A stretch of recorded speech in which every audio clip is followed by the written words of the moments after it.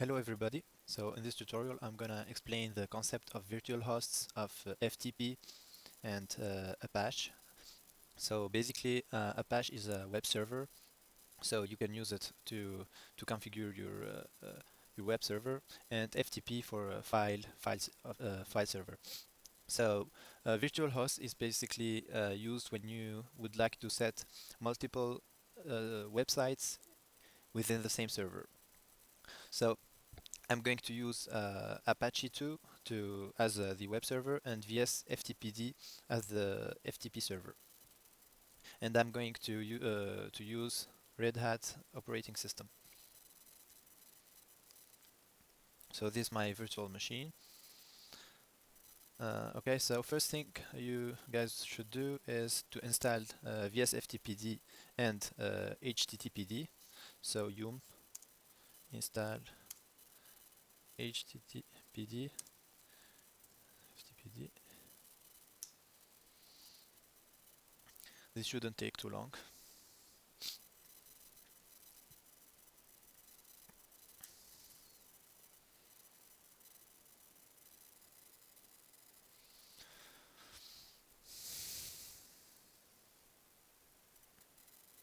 All right. So now I'm going to add my directory where I'm going to set all the website. So I would do mcat dir to create the directory minus p to be able to create the whole how to say the parents and the child at the same time. So var, let's say we would like to have our website inside var, let's say site.com, and pub for the public stuff, everything you would like to show in the website. Okay, now I would like to add the user, the web user or FTP user. So user add, mm, let's say site, and minus m to import the scale. Actually, you have a skeleton, a preset files and directories that are just copied whenever you add a new user. Minus d to say this user site has as folder or directory slash var slash www slash site.com. All right. File exists. Okay. Yeah. No problem. So it says actually the directory already exists, so it didn't import the scale. But anyways, we can do it manually. So let's give a password to site. Okay, so now if I, oops, sorry. So now if I log in with site, I would not have preset environment variables. So because I don't actually have my bash rc to set the variables whenever I log in. So of course, because the skeleton files didn't weren't copied, so I can do this manually by doing, again, I go back to root so that I can do it. cp slash etc slash scale bash profile etc scale bash rc and etc scale bash logout. We don't actually need Mozilla, so we will copy all these three files in slash var slash www slash site.com. All right. Now if again I log in to site, you see the prompt has changed, so it took in consideration all that stuff.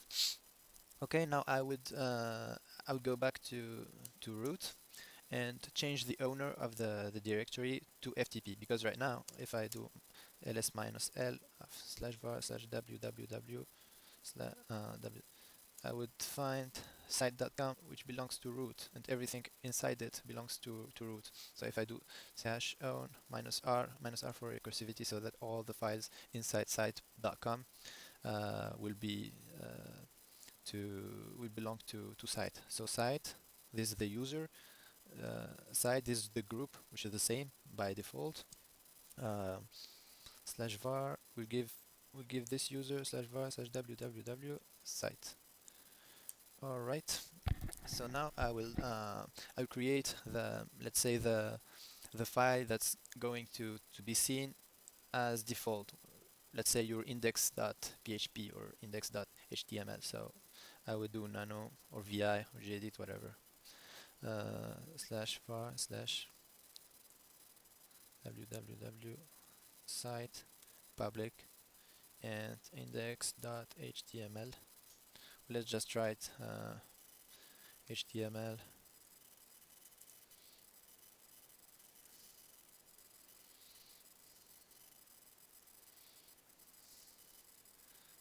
Nothing very big. So let's say title.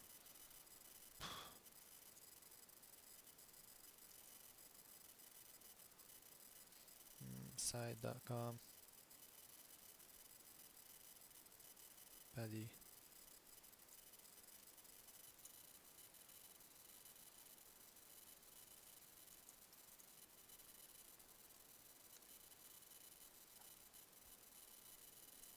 Hey. Okay, so I'll save this file. Now I'd like to change the permission, the rights on that folder, the whole thing. So chmod, sorry, -r for recursivity as well. Var www site and public. I would like to have 777 so that everyone can see everything. All right. I would like to, for the site.com, I would like to have set 55, which is the value by default, so I don't have to change to do anything for that. Now let's go to the FTP side. Let's configure the vsftpd. So to check the status, systemctl status vsftpd, it says that it's not running. Let's say system, let's activate let's start the service, start vsftpd. Alright, now let's again check the status. It's running. Okay, let's have a look at the files, the configuration files. etc vsftpd and vsftpd.conf. Alright, so anonymous enable. We would not want to have anonymous. Local enable, yes. Write enable, yes. Alright. Connect from port many.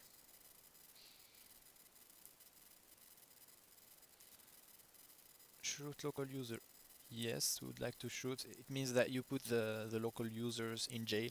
Means whenever this user will connect to the FTP, they will have access to their directory, but then they can't reach a directory which is above that directory. So they are kept in sort of jail. So all this, the root they can see is the root of their directory. So basically they can have access only to their file system. We can say that like this. What else? Listen now. Okay. Yeah. So we would like to enable the users to allow the users to write in the to the file system, to their directory. So we can do allow writable shoot equals yes. Okay, all right. That should be all right. User list enable. We do not want to have this. Okay, all right. In order to take effect, for the configuration to take effect, we would have to reload everything. Systemctl restart vsftpd. All right. Now we can check the FTP server. So we can use FTP. If you can't do this, you have to install FTP. You install FTP if you don't have this. So now I have a FTP prompt, so I can do open localhost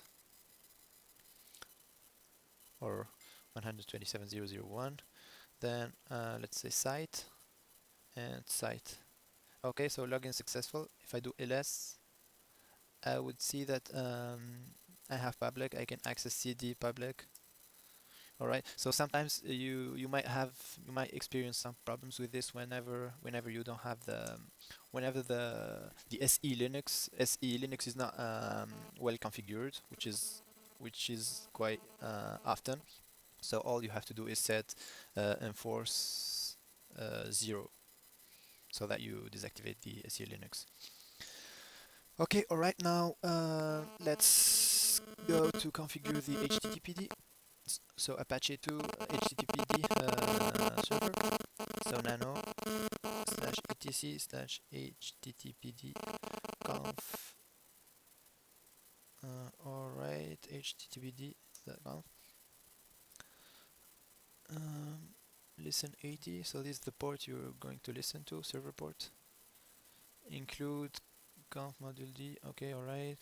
Actually, here, if you're familiar with Debian OS or Ubuntu, you would have a preset directories slash etc slash Apache2 slash sites available and slash sites enabled website for the virtual hosts. Here in Red Hat or OpenSUSE, you won't have the same thing, so you will have to manually create these files. So we can just include them here, so that the Apache would see if these files are included, and then it includes the configuration files. So include optional slash etc slash httpd slash sites enabled slash conf. So it's gonna see all the files that have the conf extension. Okay, the rest is alright, I guess. Yep. Now I believe we should create that directory, otherwise we can't restart the server. So mkdir slash etc slash httpd sites enabled and sites available. Okay, let's create the virtual host. So nano slash etc httpd sites available sites.conf. So this is the format. Virtual host means all IPs on port 80. Server admin, let's say admin at site.com, and webmaster, I mean server name would be site.com. let's say www.site.com, and alias server alias, or alias server alias site.com. Document root, this is the where Apache is going to look to find the web files. So slash var slash www slash site.com slash pub. All right, I think this is enough. You guys can add another other things like error logs, and you can add options in directory, options to allow, deny, and for write permissions, everything. So in this tutorial, I'm just gonna do a basic thing. Virtual host.